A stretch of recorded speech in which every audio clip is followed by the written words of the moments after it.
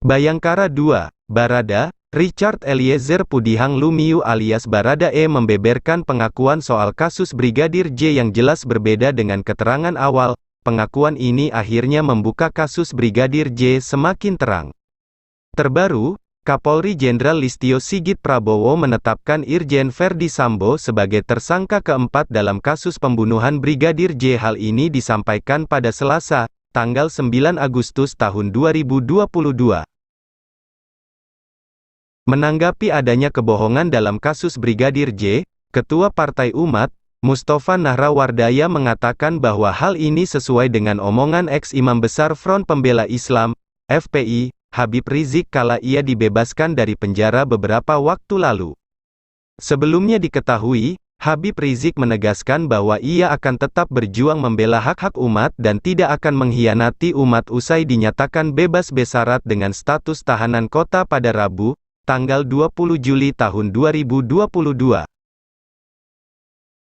Dalam konferensi persnya usai bebas, Habib Rizik juga menggaungkan revolusi akhlak untuk melawan kezaliman yang terjadi di tanah air.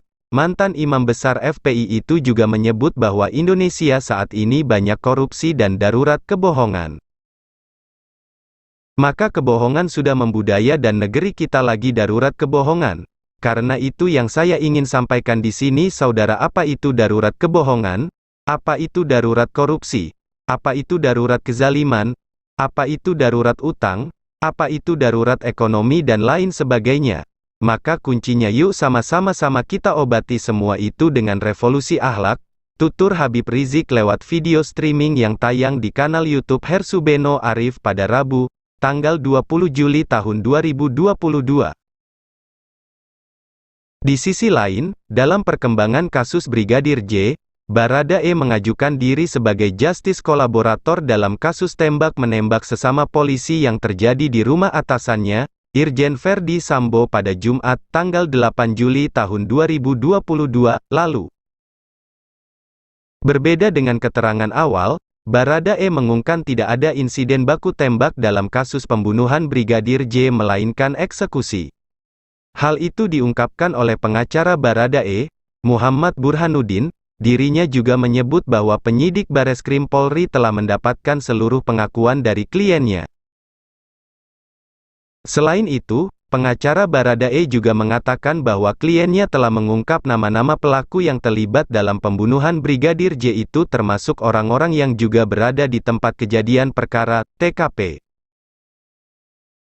Sementara, Kapolri Jenderal Listio Sigit Prabowo menyebut Baradae yang mengajukan diri sebagai justice kolaborator membuat peristiwa pembunuhan Brigadir J ini semakin terang.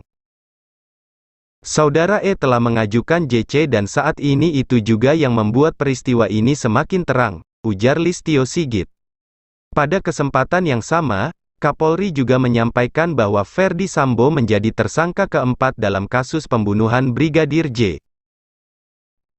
Kemarin kita telah tetapkan 3 tersangka, yakni Saudara R, Saudara RR, dan Saudara KM, ujar Kapolri Jenderal Listio Sigit Prabowo dalam konferensi persnya, Selasa, tanggal 9 Agustus tahun 2022. Tim Sus telah menetapkan Saudara FS, Verdi Sambo, sebagai tersangka. Lanjutnya, menanggapi adanya kebohongan dalam kasus Brigadir J, Ketua Partai Umat, Mustofa Nahrawardaya, mengutip salah satu pernyataan kontroversial Habib Rizik sewaktu baru bebas bersyarat dari tahanan.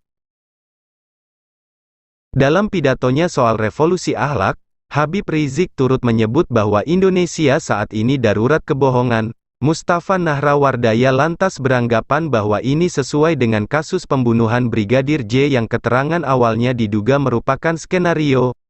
Nah kawan-kawan semua, jangan lupa subscribe channel ini, dan tekan loncengnya, supaya mudah mendapatkan berita dan sejarah populer terbaru.